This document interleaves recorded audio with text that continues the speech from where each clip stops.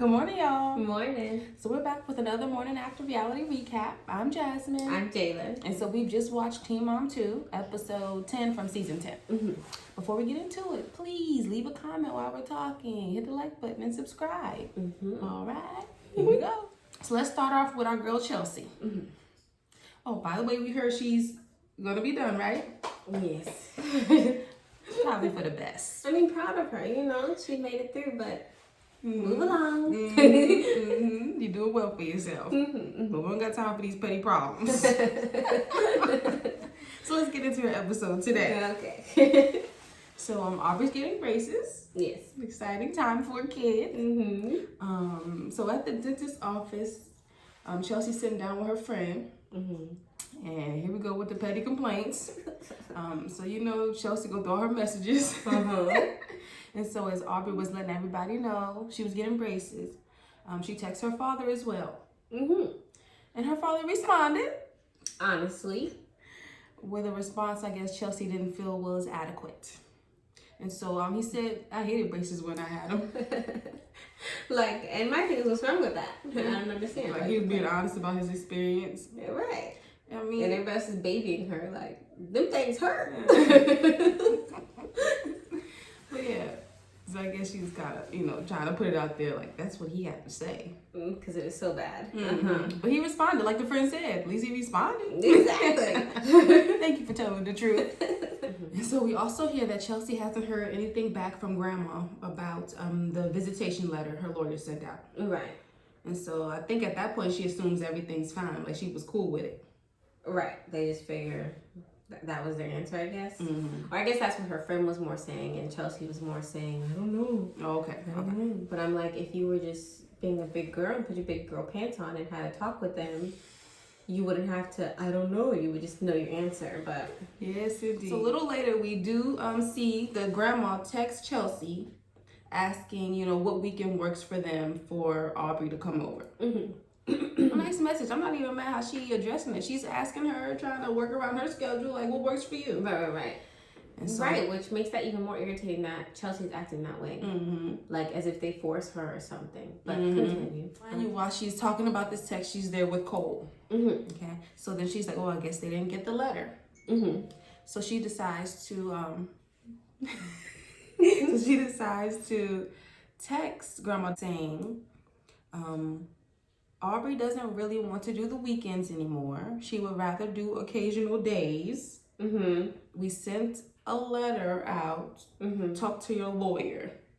And the letter has all the reasons as to why. So Grandma says, understandably so. Can we talk about it? Right. What is their lawyer for? Is everything okay? Because that would be my first thought was, it's something we cannot simply talk about. Like you just said, Aubrey doesn't want to do every day, just when she wants to occasionally. What is their lawyers involved for? Did something go wrong? Did I do something wrong? Right. That's how I would take it. What's really going on? So you're making a bigger deal out of it by even not being able to talk to her about, what it is. And it seems like Chelsea doesn't like talking to her, not because they don't get along. I don't know. I don't remember them in past seasons, but it seems like it's more of just she's annoyed by how she is. Does that make sense? I just know the world of relationships, they have a cordial relationship, seemingly. So why would you want to disrupt that with, being difficult about, letting her know what's up? Right. And then for her to sit there and respond and go, just wait for your papers or whatever what said her final response. Yes. Instead of being able to talk to her, no. Wait, get your letter from your lawyer. Right. What? Yeah, like I said, they don't got nothing else to talk about. A quick all those petty little problems. Clear that up.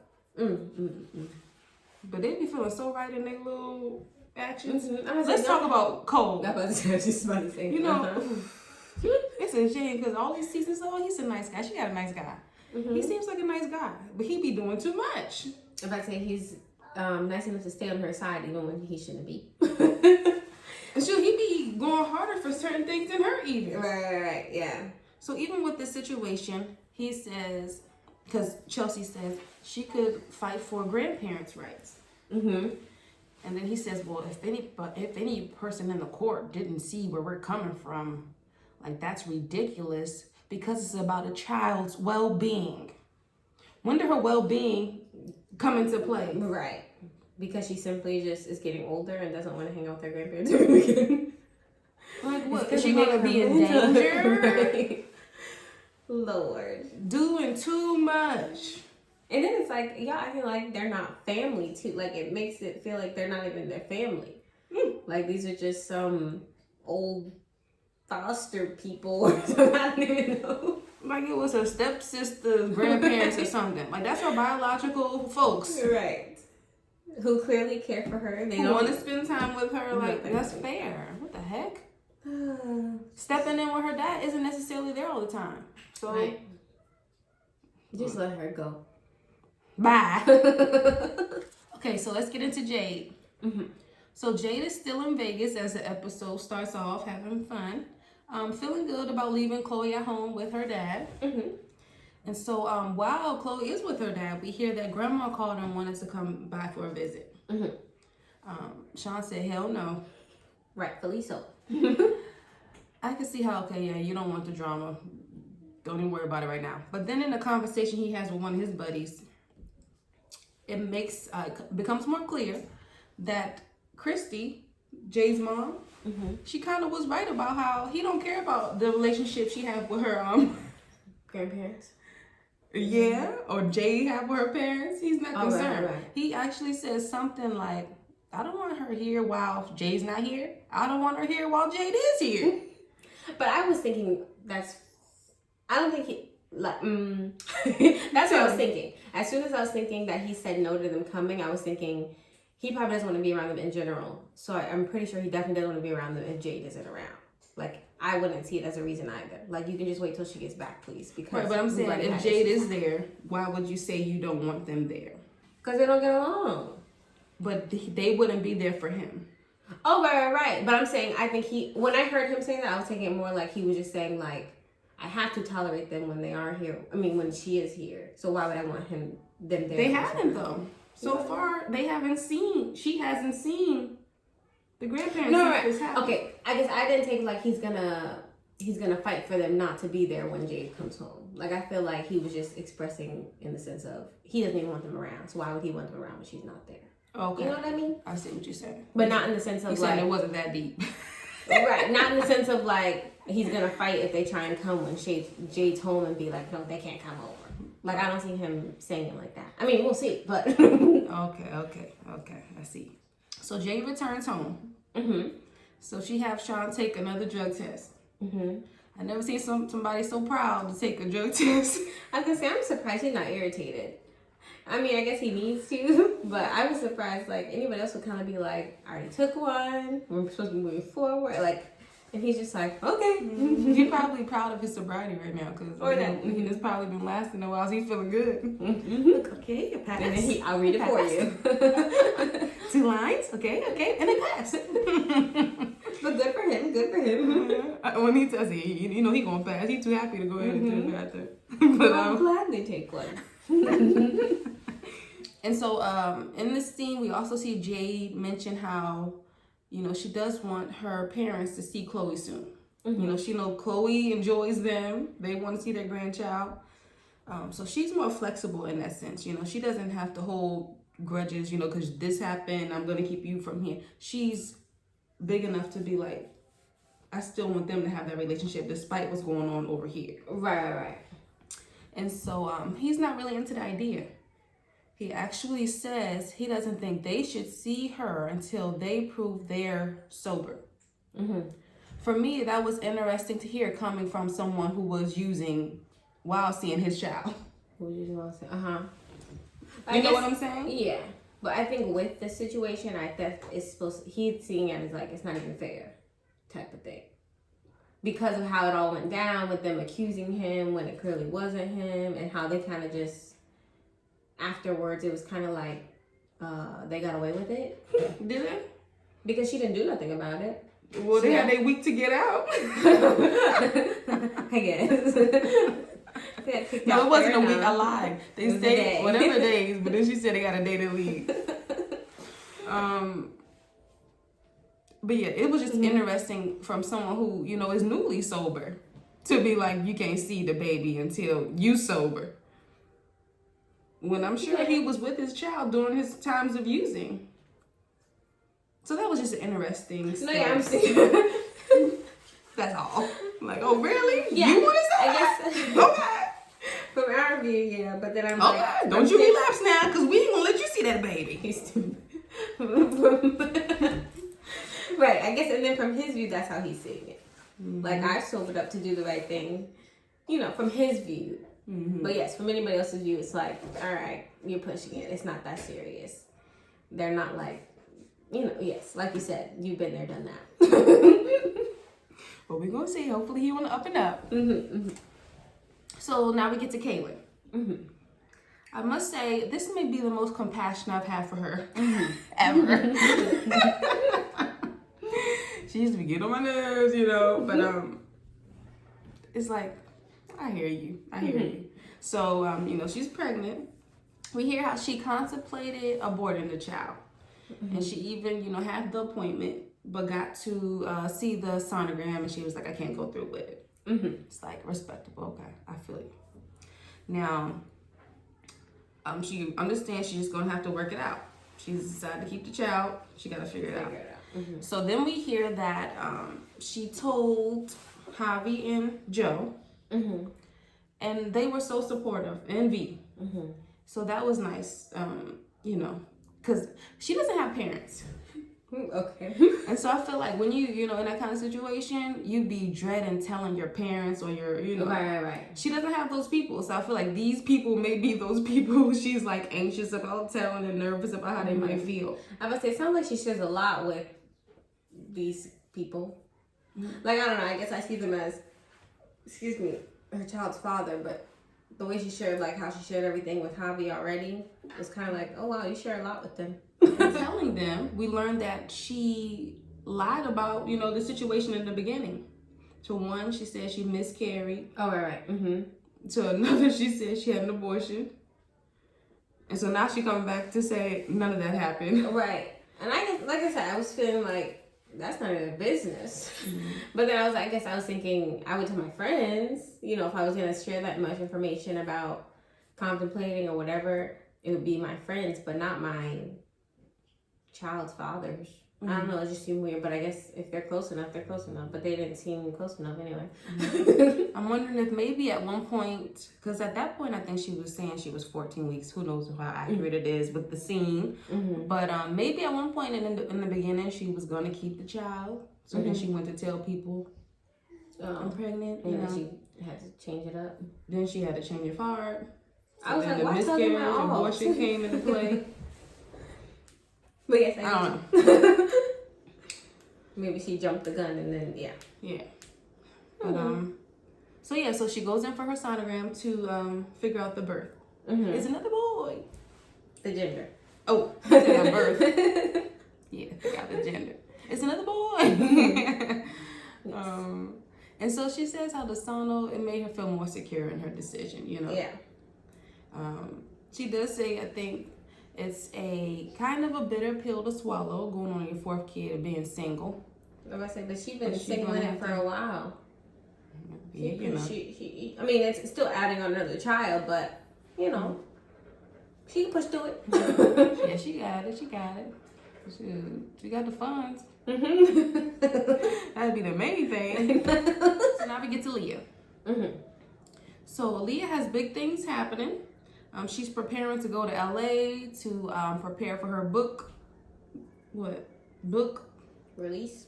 That's it. And then she's also planning to go to Costa Rica to take her sister and her nephew to see his father. And then, I guess basically Corona hits. Right. And so we see her sitting down with Jeremy, and he's like, I guess breaking it down, like it's probably not safe to be traveling around. You have Allie with her condition, weak immune system, you know, older people in the family, you don't want to get sick. It might not be a good idea to be making all these moves right now. And so she's debating about that because, you know, she got big things happening. She don't know if she want to put everything on hold for a little bit or just risk it all. And that was it for her. Let me just say, Addie is my favorite person in this whole show. But when she was getting her hair done? Yes. And she was like, finally. She got that attitude. But at the same time, she's such a little loving little kid. She just has so much energy. Okay, so lastly we see Brianna. So Brianna's sitting down, adding up her expenses for the children. She plans to meet with Devon and Lewis to let them know, what she has to spend and how they need to help out. Yes. Grandma thinks it's a good idea. She also says, though, that if this doesn't work, she probably just needs to go to the court and file for child support. Yeah. So she is hesitant about child support because that would then possibly change their parental custody situation. Right. It'll kind of get strict down on everything, I guess. Yeah, so I didn't really think about that when you trying to get child support, but I guess she wouldn't want to lose custody. She want to still have be the main. But are those related? I mean, I don't know, but are like child custody and child support? I feel like can't you do child support separately, like completely separately, and y'all just want to discuss money and not custody? You know what I mean? That's or it goes hand in hand. I feel like it could go hand in hand, cause it's like, you want money monthly. Well, I want my child. I want to see my child consistently. Oh, okay. So I think it will depend on the other party if they want weekends every other week or whatever. Right. Okay. But yeah, I think that's her hesitancy there, that she don't want to get them in the mix with all of that. Okay. So in one moment, we do hear Bree's sister make a funny comment. Bree is asking, like, why can't I have two baby daddies that help? She's like, because you made one in high school and one at the club. Fair enough. Sometimes I do think back to how when, Bree was pregnant with Nova, her sister, she was pregnant too. Didn't know that. But she had an abortion. Oh, okay. Yeah. So, sometimes I wonder how she feels. I wonder if, her having her nieces there all the time, what does it maybe? What, like make up for it? Not make up for it, but... I don't know, like she's like, I'm good on children type. Right. I have these girls right here.